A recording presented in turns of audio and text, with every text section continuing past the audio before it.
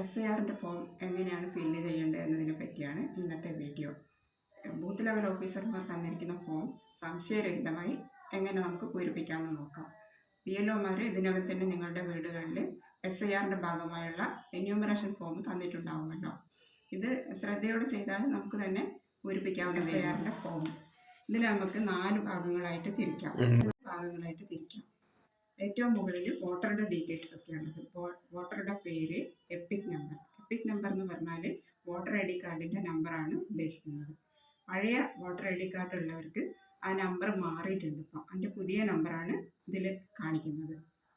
പിന്നെ വോട്ടറുടെ വിലാസം.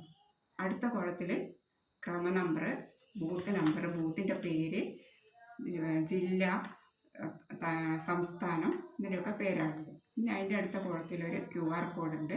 പിന്നെ നമ്മളെ പഴയ ഫോട്ടോ ആണുള്ളത്. അതിനടുത്ത കോളത്തിൽ ഒരു പുതിയ ഫോട്ടോ വയ്ക്കാനുള്ള സ്പേസ് ഉണ്ട്. നമുക്ക് വേണമെങ്കിൽ താല്പര്യം ഉണ്ടെങ്കിൽ മാത്രം അവിടെ ഒരു ഫോട്ടോ ഒട്ടിച്ചാൽ മതി, ഇല്ലെങ്കിൽ ഒന്നും ചെയ്യണ്ട. ഇനി അതിന് താഴെയായിട്ടാണ് പ്രധാനപ്പെട്ട കാര്യങ്ങളൊക്കെ കൊടുക്കാനുള്ളത്. ഇതിൽ ആരുടെ ഫോട്ടോ ആണോ ഉള്ളത് അവരുടെ ഡീറ്റെയിൽസാണ് ഇവിടെ കൊടുക്കേണ്ടത്. ആദ്യത്തെ കോളത്തിൽ ഡേറ്റ് ഓഫ് ബർത്താണ് കൊടുക്കേണ്ടത്, ജനനത്തീയതി. അത് തീയതി, മാസം, കൊല്ലം എന്നിങ്ങനെ സ്ലാഷ് ഇട്ടിട്ട് തന്നെ കൊടുക്കണം. അതിൻ്റെ അടുത്തതായിട്ട് ആധാർ നമ്പർ, ഈ വോട്ടറുടെ ആധാർ നമ്പർ. അതും ഓപ്ഷനിലാണ്, നമുക്ക് ഇഷ്ടമുണ്ടെങ്കിൽ മാത്രം കൊടുത്താൽ മതി, കൊടുക്കണമെന്നില്ല. അതിന് താഴെ മൊബൈൽ നമ്പർ, അത് വോട്ടറുടെ മൊബൈൽ നമ്പറാണ് കൊടുക്കേണ്ടത്. അത് നിർബന്ധമായിട്ടും കൊടുക്കണം. വോട്ടർക്ക് മൊബൈൽ നമ്പർ ഇല്ല എന്ന് വെച്ചാൽ കുടുംബത്തിലെ ഏതെങ്കിലും ഒരാളുടെ മൊബൈൽ നമ്പർ കൊടുത്താൽ മതി. അതിന് താഴെ വോട്ടറുടെ അച്ഛൻ്റെ പേര് കൊടുക്കണം. അച്ഛൻ ജീവിച്ചിരിപ്പില്ല എങ്കിലും അച്ഛൻ്റെ പേര് കൊടുക്കണം. പിന്നെ അച്ഛൻ്റെ എപ്പിക് നമ്പർ, അത് ലഭ്യമാണെങ്കിൽ മാത്രം കൊടുത്താൽ മതി. അത് കഴിഞ്ഞ് മാതാവിൻ്റെ പേര്, മാതാവിൻ്റെ എപ്പിക് നമ്പർ, അതും ലഭ്യമാണെങ്കിൽ മാത്രം കൊടുത്താൽ മതി. അടുത്തതായി പങ്കാളിയുടെ പേര്, അത് ബാധകമായവർക്ക് മാത്രമാണ്. അതായത് വിവാഹിതരായവരാണെങ്കിൽ പങ്കാളിയുടെ പേര് കൊടുക്കണം. ഇനി പങ്കാളി മരിച്ചു പോയതാണെങ്കിൽ ലേറ്റ് എന്ന് കാണിക്കണം. പിന്നെ പങ്കാളിയുടെ എപ്പിക് നമ്പർ കിട്ടുമെങ്കിൽ അതും കൂടെ കൊടുക്കണം. പിന്നെ അതിൻ്റെ താഴെ 2 കോളങ്ങൾ, 2 സൈഡിൽ ഇടത്ത് വശത്തും വലത്ത് വശത്തും ഓരോ കോളങ്ങളുണ്ട്. അതിൽ 2002 വോട്ടേഴ്സ് ലിസ്റ്റിൽ നമ്മളെ പേരുണ്ടെങ്കിൽ ഇടത്ത് ഭാഗത്തെ കോളാണ് പൂരിപ്പിക്കേണ്ടത്. അന്ന് ആ ലിസ്റ്റിൽ നമ്മളെ പേരില്ല എങ്കിൽ വലത്ത് വശത്തെ കോളാണ് പൂരിപ്പിക്കേണ്ടത്. അപ്പോൾ 2002 നമ്മൾ വോട്ടവകാശം ഇല്ലാത്തവരും പിന്നെ അന്ന് അന്യ സംസ്ഥാനത്ത് താമസിച്ചിരുന്നവർക്കൊക്കെ ഇവിടുത്തെ വോട്ടേഴ്സ് ലിസ്റ്റിൽ പേരുണ്ടാവില്ല. അങ്ങനെയുള്ളവരാണ് വലത്ത് വശത്ത് പൂരിപ്പിക്കേണ്ടത്. അല്ലാത്തവർ ഇടത്ത് വശത്താണ് പൂരിപ്പിക്കേണ്ടത്.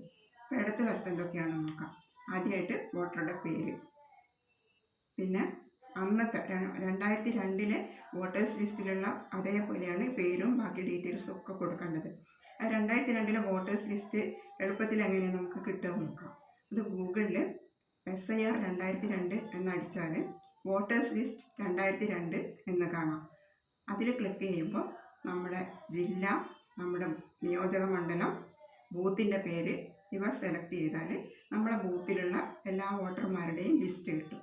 അതിൽ നിന്ന് നമുക്ക് നമ്മുടെ അന്നത്തെ എപ്പിക് നമ്പർ, അന്നത്തെ ബന്ധുവിൻ്റെ പേര്, നമ്മുടെ ബൂത്ത് നമ്പർ, ക്രമ നമ്പർ എല്ലാം ആ വോട്ടേഴ്സ് ലിസ്റ്റിൽ നിന്ന് ഈസി ആയിട്ട് കിട്ടും. അത് നോക്കിയിട്ടാണ് ഇവിടെ പൂരിപ്പിക്കേണ്ടത്. എല്ലാം 2002 വോട്ടേഴ്സ് ലിസ്റ്റിലുള്ള പോലെയാണ്, ഇപ്പോഴത്തെ പോലെയല്ല വേണ്ടത്. അപ്പോൾ ആദ്യം പേര്, പിന്നെ എപ്പിക് നമ്പർ, പിന്നെ ബന്ധുവിൻ്റെ പേര് ആ വോട്ടേഴ്സ് ലിസ്റ്റിലുള്ള ബന്ധുവിൻ്റെ തന്നെ കൊടുക്കണം, വേറെ ആരുടെയും കൊടുക്കാൻ പാടില്ല. പിന്നെ അവരുമായിട്ടുള്ള ബന്ധം, പിന്നെ ജില്ല, സംസ്ഥാനം, നിയോജക മണ്ഡലം, ഇതിൻ്റെയൊക്കെ പേര്. അപ്പോൾ പിന്നെ അതിന് താഴെയായിട്ട് നിയോജക മണ്ഡലത്തിൻ്റെ നമ്പർ, ഭാഗം നമ്പർ, ക്രമ നമ്പർ, ഇതൊക്കെ 2002 വോട്ടേഴ്സ് ലിസ്റ്റിൽ നിന്ന് നമുക്ക് കിട്ടുന്നതാണ്. ഇനി 2002 വോട്ടേഴ്സ് ലിസ്റ്റിൽ പേരില്ലാത്തവരുടെ കാര്യമാണ്. അവരാണ് വലത്ത് വശത്തുള്ള കോളം പൂരിപ്പിക്കേണ്ടത്. എല്ലാ ആൾക്കാരും ഏതെങ്കിലും ഒന്ന് പൂരിപ്പിച്ചാൽ മതി. ഒന്നുകിൽ ഇടത്ത് വശത്തുള്ളത് അല്ലെങ്കിൽ വലത്ത് വശത്തുള്ളത്. അപ്പം ഇവിടെ പേര് കൊടുക്കേണ്ടത് വോട്ടറുടെ പേരല്ല, അവരുടെ ഏതെങ്കിലും ബന്ധുവിൻ്റെ പേരാണ് കൊടുക്കേണ്ടത്. അതായത് അവരുടെ അടുത്ത ബന്ധുവായിരിക്കണം. അച്ഛൻ, അമ്മ, സഹോദരൻ, സഹോദരി, അങ്ങനെയുള്ള രക്തബന്ധമുള്ള ആരുടെയെങ്കിലും പേര് കൊടുക്കണം. അവർ 2002 വോട്ടേഴ്സ് ലിസ്റ്റിൽ പേരുള്ള ആളായിരിക്കണം. അങ്ങനെയുള്ള നമ്മുടെ അടുത്ത ബന്ധുവിൻ്റെ പേരാണ് ഇവിടെ കൊടുക്കേണ്ടത്. അതിൻ്റെ അടുത്ത കോളത്തിൽ ആ ബന്ധുവിൻ്റെ എപ്പിക് നമ്പർ ലഭ്യമാണെങ്കിൽ അത് കൊടുക്കുക. പിന്നെ ആ ബന്ധുവിൻ്റെ പേര് കൊടുക്കണം. അതായത് 2002 വോട്ടേഴ്സ് ലിസ്റ്റിൽ ഈ പറഞ്ഞ ഇപ്പോൾ അച്ഛൻ്റെ പേരാണ് കൊടുക്കുന്നതെന്ന് വെച്ചാൽ അച്ഛൻ്റെ ബന്ധുവിൻ്റെ പേര് അന്നത്തെ വോട്ടേഴ്സ് ലിസ്റ്റിലുണ്ടായിരിക്കും, അതാണ് കൊടുക്കേണ്ടത്. വേറെ ഒരു ബന്ധുവിൻ്റെ പേരും കൊടുക്കാൻ പാടില്ല. അപ്പോൾ ആ ബന്ധുവിൻ്റെ പേര് കൊടുക്കുക, അവരുമായിട്ടുള്ള ബന്ധം കൊടുക്കുക. പിന്നെ ജില്ല, സംസ്ഥാനത്തിൻ്റെ പേര്, നിയമസഭാ മണ്ഡലത്തിൻ്റെ പേര്, അതൊക്കെയാണ് കൊടുക്കേണ്ടത്. ഇനി കല്യാണം കഴിഞ്ഞു വന്ന സ്ത്രീകളാണെങ്കിൽ അവരുടെ രക്തബന്ധത്തിലുള്ള ഏതെങ്കിലും ബന്ധുവിൻ്റെ പേരാണ് കൊടുക്കേണ്ടത്. അല്ലാതെ ഭർത്താവിൻ്റെ ബന്ധുക്കളുടെയോ പേര് കൊടുക്കാൻ പാടില്ല. ഇത്രയും കാര്യങ്ങളാണ് നമുക്ക് ഇവിടെ പൂരിപ്പിക്കാനുള്ളത്. അത് കഴിഞ്ഞ് പ്രസ്താവനയുണ്ട്, അത് വായിച്ചു നോക്കി ഒന്നുകിൽ വോട്ടർ അല്ലെങ്കിൽ വോട്ടർക്ക് വേണ്ടി കുടുംബത്തിലൊരു മുതിർന്ന കുടുംബാംഗം ഒപ്പിട്ടിട്ട് ഇത് 2 കോപ്പി ഉണ്ടാവും. അതിൽ ഒരു കോപ്പി BLOന് കൊടുക്കുക.